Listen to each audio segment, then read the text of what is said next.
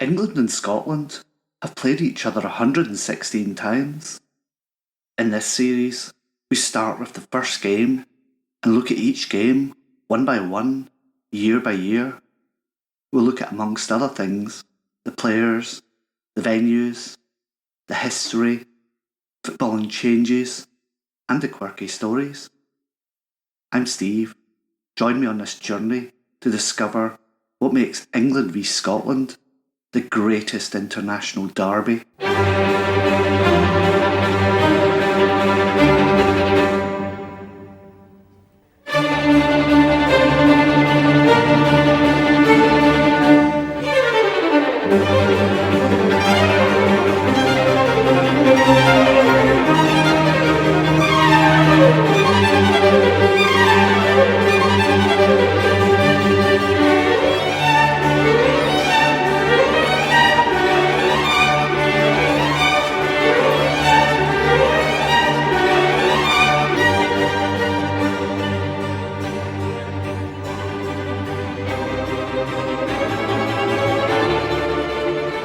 Hi and welcome back. So, what was happening in the world in 1883?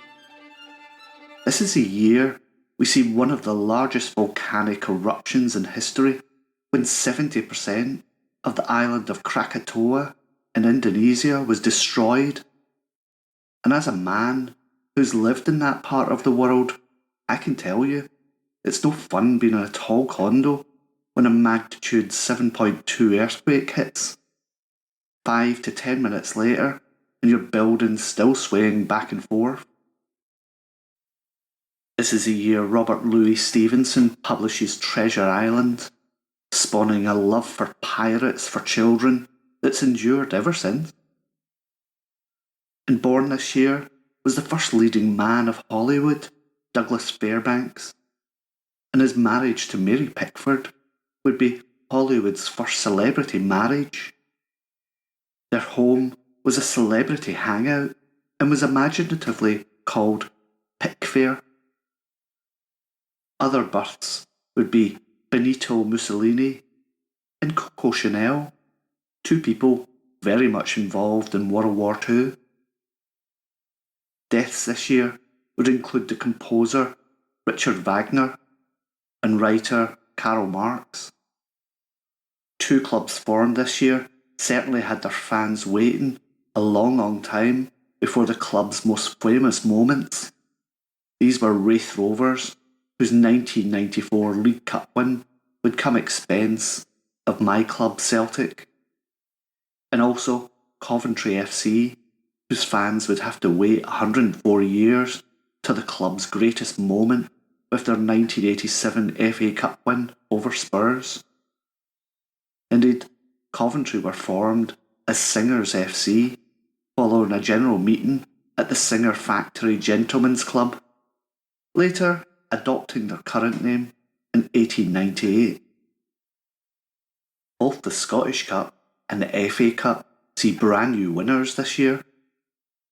Dumbarton finally get their hands on the trophy, beating Vale of Leven 2-1 in a replay after a 2-2 draw in the first game. This was also an all Dumbartonshire Cup final, and this would be Dumbarton's only ever Scottish Cup win to date. In the FA Cup, a team who were only to be in existence for 10 years were to win with Blackburn Olympic beating Old Etonians 2-1. A footballing memory comes from the recently deceased legend Gordon McQueen and his goal at Wembley in 1977. Quote, "Scotland were riding high. On the first weekend of June, we travelled to Wembley. I scored the opening goal, a bullet of a header from an Asa Hartford cross. Asa was told to aim for the biggest thing in Wembley, my head, and clipped in this beautiful ball. Clemens dived for it, but I don't know why he bothered. He never even caught it on the way back out. Officially, there were 100,000 there that day, but there must have been 475,000, given the amount of people who told me they were there that day I scored at Wembley. Our support deflated the England players. You could see it on their face and their eyes walking up the tunnel. Dalglish made it 2-0 before a Mick Shannon penalty pulled one back, and that's how it ended. 2-1 Scotland. Cue mayhem, a mass pitch invasion, Tartan Army bouncing up on top of the goalposts, more fans digging up the pitch. We were doing interviews down the tunnel and we watched it on the monitors, the crossbar sagging and sagging, then breaking. There were no more English left. They'd all scarpered home. Joe Jordan said, there were supporters in our dressing room. There were supporters in our bath. There was a couple of guys in kilts having a splash. McQueen added, there was a few of my pals from Kilburnley about. Then my dad turned up. I was in the bath with a lager and a cigarette. He said, get that fag out. Jordan added, my wife Judith had parked the car not far from Wembley, so we just let the crowd go, then got off home. My car blew up on the motorway. We ended up between two services hitchhiking. 3 Englishmen who'd been at the game stopped and gave us a lift. I think they were a bit surprised to see me. They were the only 3 English supporters I'd seen all day. It was a good turn, and they took care of us. McQueen said, I was staying in London and I was buzzing. I went back to the hotel for a quick sleep and woke up about 11. I'd missed all the parties. The invites were coming in a ducat downstairs. Sean Connery was having a party here, and Rod Stewart was having a party there.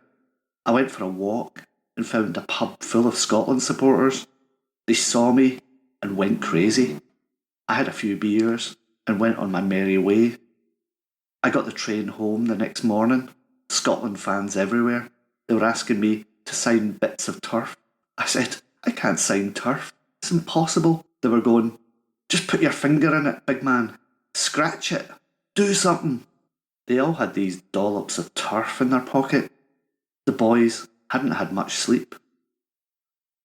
And if you want to share a football memory, send me an email on England v Scotland 1872 at gmail.com, and you'll find this in today's show notes. Also, if you want to support the show, you'll find the Patreon link in the About section of the channel. But let's get back to our bread and butter in England v Scotland, for the first time playing outside London or Glasgow. And a short note on one of the England player Alfred Jones's team. That is Great Lever, who were an English football club founded in 1877 from Great Lever near Farnworth in Lancashire.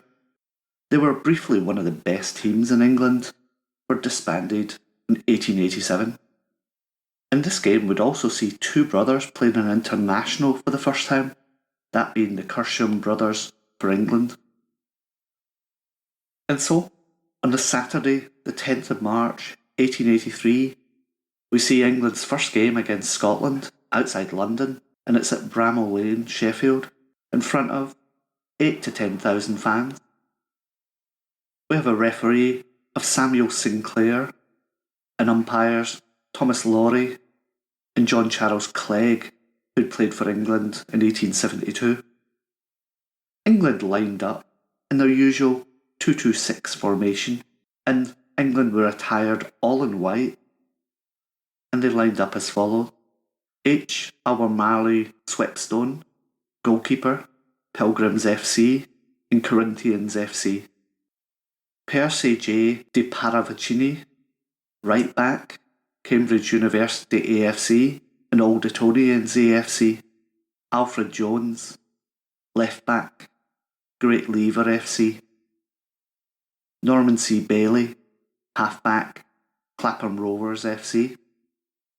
Stuart McRae, half back, Notts County FC and Corinthians FC.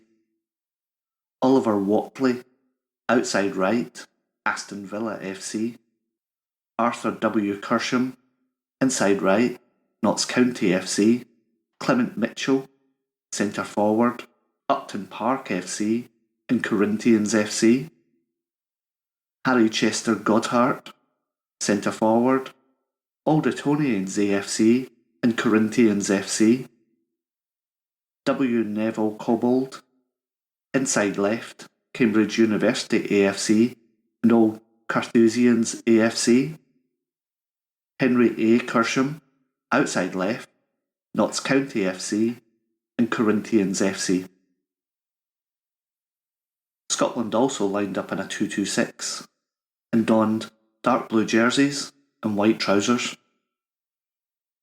They lined up as follows: James Macaulay, goalkeeper, Dumbarton FC; Andrew H. Holm, right back, Queen's Park FC; Michael Payton, left back, Dumbarton FC; Peter Miller, half back, Dumbarton FC; John Campbell MacLeod Macpherson, half back, Vale of Leven FC; Malcolm John E.D. Fraser, outside right, Queen's Park FC; William Anderson, Queen's Park, inside right; Dr. John Smith, centre forward, Queen's Park FC; John Ingalls, centre forward, Rangers FC; John Lake Kay, inside left, Queen's Park FC; William Nelson McKinnon, outside left, Dumbarton FC. And the match report comes from the Leeds Mercury on Monday the 12th of March, 1883.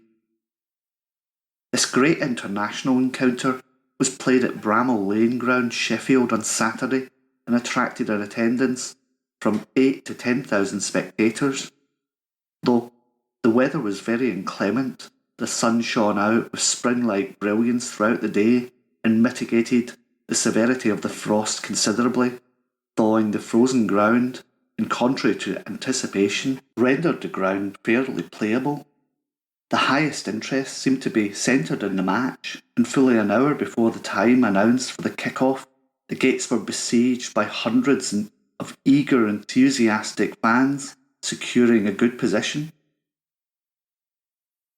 The Scotch captain won the toss and set England to kick off towards the town with the glaring sun shining right before them. Goodhart started the ball, and after a couple of fine runs by Holm, H. Kersham on the left secured possession, effected a short run, but he was clearly offside.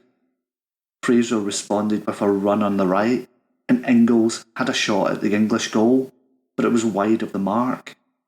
A.W. Kersham followed with a run on the right, and England got a corner, but Bailey dropped the ball outside.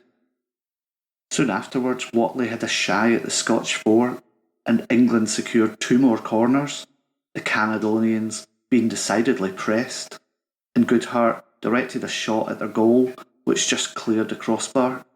The Scots now broke away, but Paravicinci returned the leather. Anderson and Fraser then introduced a pretty combination run down the right, and a corner was a result of their efforts, but it proved pointless. The Scots, however, got the advantage of a foul 40 or 50 yards from the goal, and Macpherson dropped the ball up well, and Smith rushed in, scored the goals for the Caledonians amid voracious cheering. On resumption, the Scotch obtained another corner, but nothing accrued, and then a shot by McRae was splendidly saved by Holm. Still another corner to Scotland followed, and Fraser took it, and it was soon flying into neutral territory. Hereabouts, H. Kersham executed the most brilliant run of the day, but Macaulay eventually nullified his exertions. Notwithstanding this, the English continued to assault, when Watley finally centred to Mitchell, who went on and, evading the Scotch custodian, scores the first goal for England. Wild applause rewarding the feat. On resumption, McKinnon had a shot at the English stronghold, and afterwards Kay, having effected a run on the left, centred to Dr. Smith, who secured a second goal for Scotland. A few minutes later, matters were equalised, as after a clever run in the centre, Mitchell passes to Cobbold, and the latter again reduced the Scotch stronghold amidst deafening plaudits. With scores, even excitement now ran high, but half-time was called, without further score. The sun had partly disappeared on the change of ends, but it was still a little obstructive, though hardly much so to the Scots as it had been to the English. For fully 10 minutes, the Caledonian team kept peppering away at the English citadel, and had it not been with the brilliant defence of Macrae, Jones, Paravicini, and Bailey, the fortress must have been captured.